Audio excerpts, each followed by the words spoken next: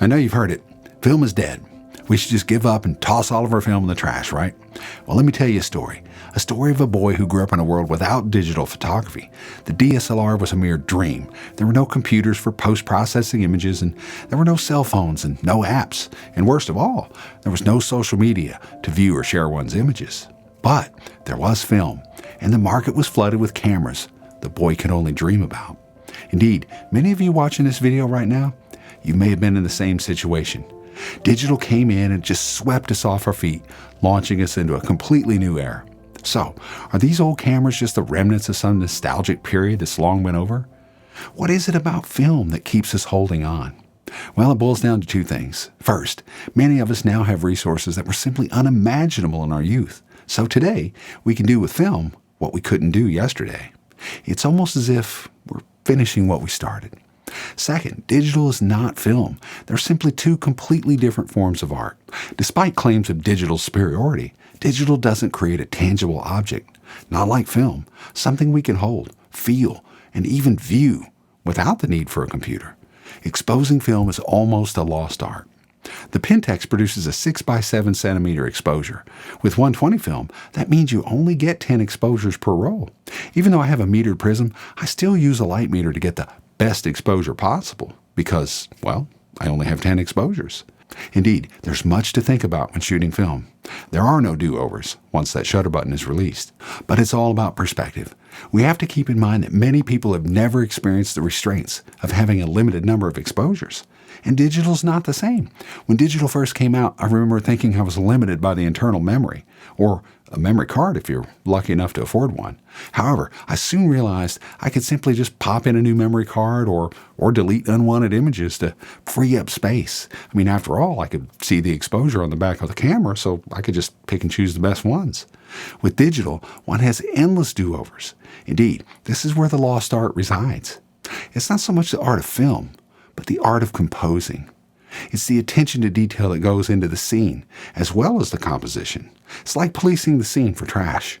With digital, these things could easily be removed in post-processing using Photoshop, but that wasn't the case with film. If you haven't watched Ben Horn in action, you're missing out on a good lesson in the art of photography. He's a large format film photographer. You should check out his channel. We're not buddies or anything, but I've watched Ben's channel grow over the years, and there's something I've noticed. I just observed that, if you watch him, he's got a real keen eye on every detail of the scene.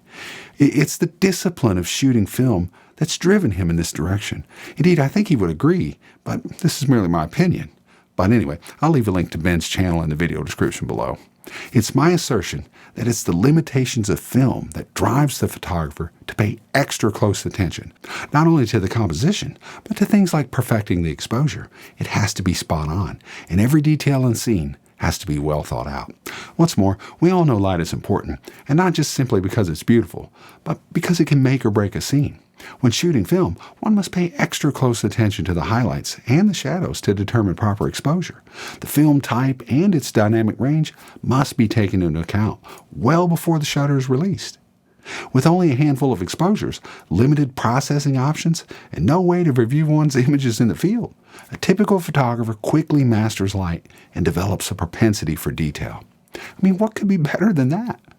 Perhaps film is antiquated, but should we just give up pencils for drawing? I mean, we have tablets. What about painting a canvas? I mean, that can be done in Photoshop, right? The point is, many of us still enjoy these arts for a variety of reasons.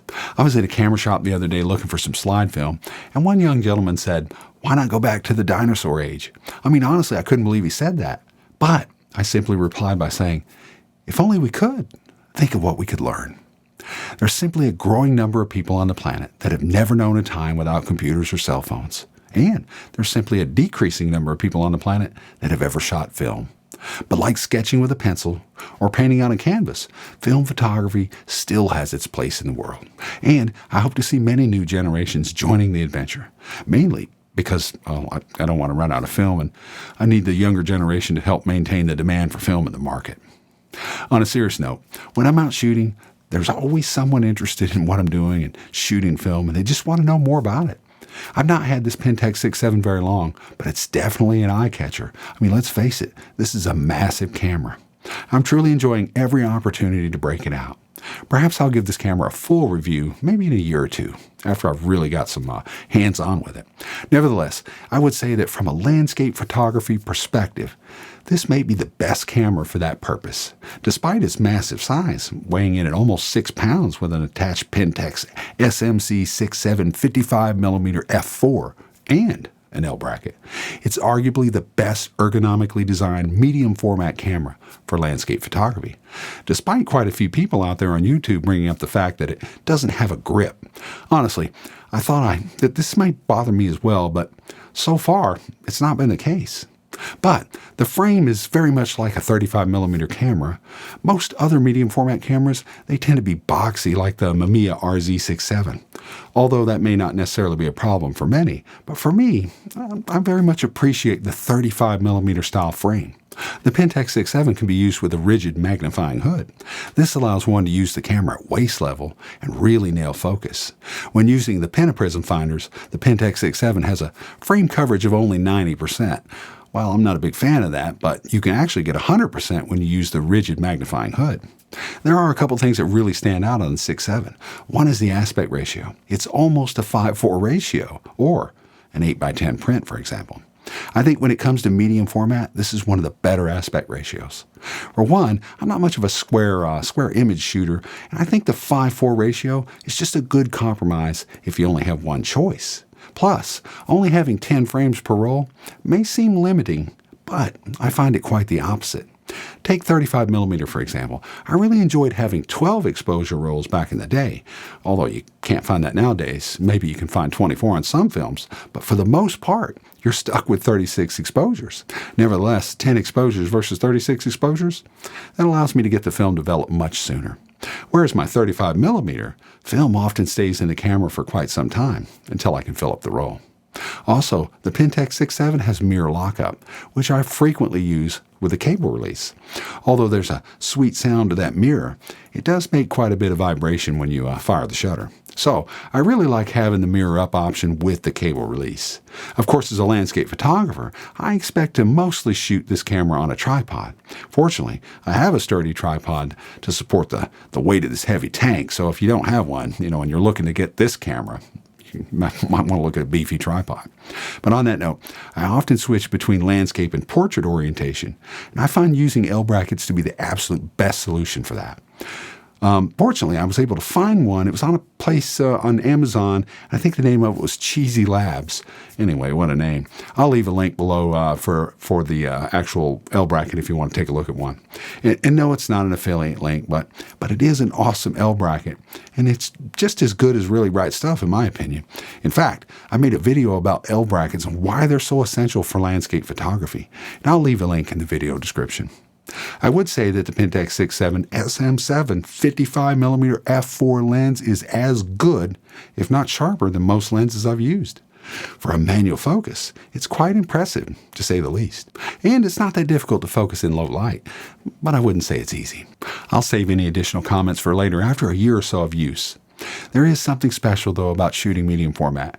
And to top that, there's something really special about shooting medium format on the Pentax 6.7. What a real treat it is to shoot this camera.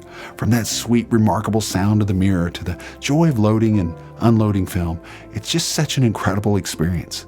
On that note, I send my film to thedarkroom.com for development and scanning, and I'll leave a link for those that are looking to find a place to get their film developed. It's usually a quick turnaround and good quality work. I hope you liked the video and found it useful, and if you did, hit that like button and consider subscribing to the channel. Also, don't forget to check out the video I mentioned on why L brackets are essential for landscape photography. You may also like another video I made on 35mm versus digital photography, and I'll leave the links in the video description. And if I don't see you down the road, maybe I'll see you somewhere out on the trail. Indeed, there's something unique about black and white film, and it's especially exceptional when printing. Perhaps it's merely the fact that I know I'm shooting black and white film, but it seems so natural.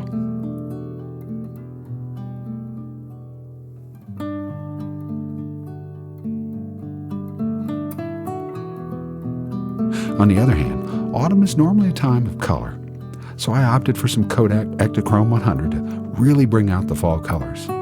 However, I bought this film about 2.5 years expired. I really wasn't sure how it would turn out. In hindsight, I should have selected something else. I think I lost a lot of the saturation with the expired film. But there's always next time.